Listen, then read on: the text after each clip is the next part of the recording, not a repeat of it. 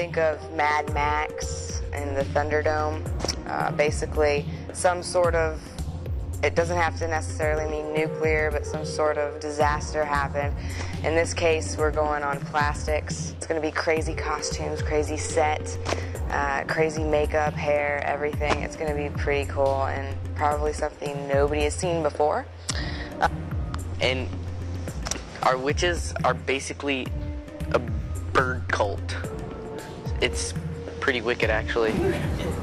I'd like to have maybe the witches say a little bit of something about what inspired them to become the witches that they are. I think the primary inspiration for us was the example of the Birds of Paradise video from YouTube. And it's got the really awkward birds on there that just have weird habits and very just awkward movements. And that's definitely characteristic of what we've brought to the witches. And they're definitely something that hopefully nobody's ever done with the witches in the performance. We were trying to stay away from The cliche witches, and it's definitely something different. I play Lord M, who is a very interesting character. He is one of the most I think differently acted characters of all time, because there's so much that you can do with him. I've seen so many actors portray him where he's kind of neutral throughout the play, with just subtle nuances of good at one point and subtle nuances of evil at the other point. But I don't really see that, at least in my character for Macbeth. And what I try to do is make him what he is at the beginning and make him a good guy. And because he is a war hero, he's everything that you could imagine for a wonderful politician. He's a lord over his own domain and a very loyal person. But by the end, he says himself, he can't even desire things such as love, honor, or friendship, because he's so far evil that there's not even a point of trying to go back anymore. He's unrepentant in his evil towards the end. And I think it's really interesting because Macbeth is a character that is completely unlike myself.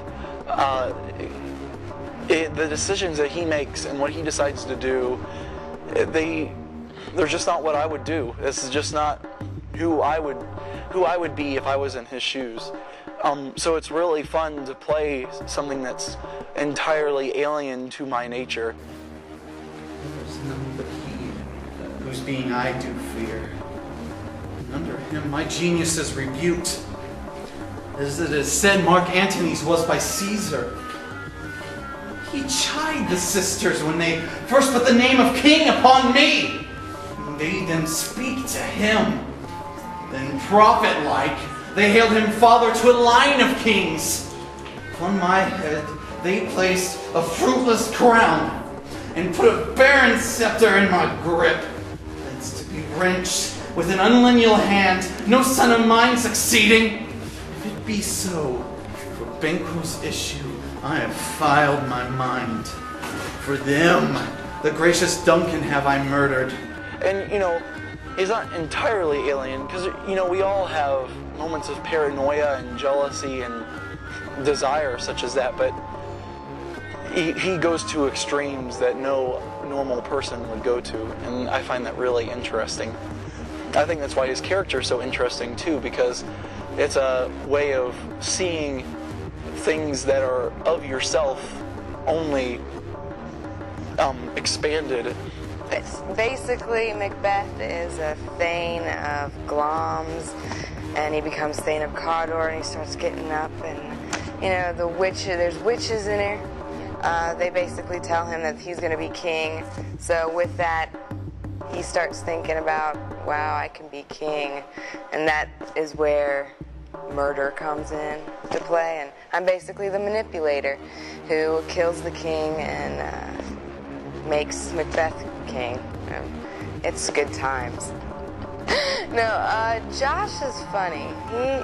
We're both goofballs, offset, so I think it makes it easier to work together because we both kind of have the same goofball sense of humor.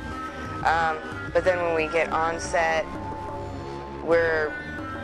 we go all out. It seems like Josh doesn't hold back, and I've never been one to hold back even in rehearsal stage, even when we're on book reading off of the book. So I like that about him. I play off of him, he plays off of me well, and it just seems like we have good energy together, which in turn gives us good chemistry. So that's what I like about Josh. I think me and Emily have really good chemistry because, first of all, she's a really good actor, and that she's just easy to work with because she knows what she's doing. And I hope that she could say the same about me. I don't, maybe, I don't know. We are like people, and so we congeal well with each other even when we're not playing our characters. And so that because of that, we're both on the same mindset and same wavelength of what our chemistry should be and how it should go together. So from the get-go, we pretty much assumed the same things about the characters, and so we were able to really click nicely even right off the bat. And from the beginning, we've been able to work on a already good chemistry instead of trying to build a chemistry that wasn't there to begin with. Sit down. First and last, the hearty welcome. Pronounce it from me to all our friends. From my heart speaks. They are welcome. He's a secondary character, but what's interesting about him is that Shakespeare uses him as a go-to exposition device. In the first half of the play, he shows up and informs people of various things. And in the second half, he basically shows up to tell people that their loved ones have been killed. It seems like Macbeth just went back to that character whenever he needed, a bit more of the plot to be unfolded. What's interesting there is that he doesn't really give him a personality as such. You kind of have to winnow it, glean it out of what clues he gives you from how he has the character speak and what he chooses to talk about. I like to think that Ross is slightly philosophical, slightly cynical, but those are choices that the actor gets to make, which is always interesting. Oftentimes, the main characters don't get as many choices in, character and motivation that secondary or even tertiary characters get. Loyal traitors, the Thane of Cawdor began a precious assault to conclude. The victory fell on us! Well, my name is Chris Garner. I play Duncan, the King of Scotland. This is my daughter, Jocelyn Garner. She is Lady Macduff's daughter. I guess Syrah, is that what we're saying?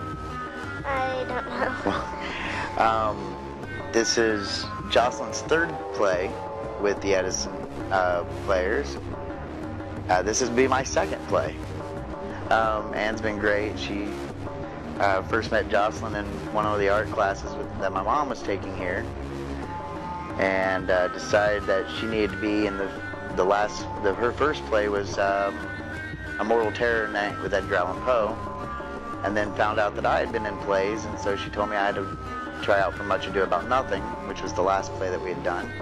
Anne's been great, making sure that we were there